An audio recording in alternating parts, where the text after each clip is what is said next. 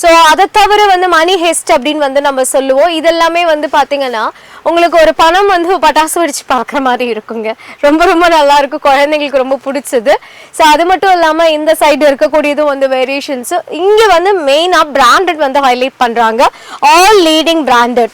So இவங்க கிட்ட எல்லாமே தரமாக இருக்கும். ஆட்டோபாம் வேணுமா, ஆட்டோபாம் வெரைட்டி ஆஃப் கலெக்ஷன்ஸ் வந்து இருக்கு. ஸோ நான் சொல்றது என்னன்னா, இப்போ வந்து சீசன் ஸ்டார்ட் பண்ணுறதுக்கு முன்னாடியே நம்ம ஷோ பண்ணுறதுக்கு காரணம், நீங்கள் ஃப்ரீயாக இருக்கிற டைமில் நீங்கள் வந்து கலெக்ஷன்ஸை எடுத்துக்கணும். ஏன்னா அந்த டைமிங் வந்து மிஸ் பண்ணாம பார்த்துட்டு நீங்க எடுத்துக்கிறதுக்காக தான் நம்ம இப்பவே வந்து கொடுக்குறோம். கூட்ட நெரிசலையும் அதே மாதிரி செலக்ட் பண்றதுக்கு நமக்கு வந்து நல்லா நிறுத்தி நிதானமா பார்த்து என்ன வேணுமோ அதை செலக்ட் பண்ணி நீங்க வந்து சூஸ் பண்ணிக்கலாம். அந்த மாதிரி இருக்கக்கூடியது.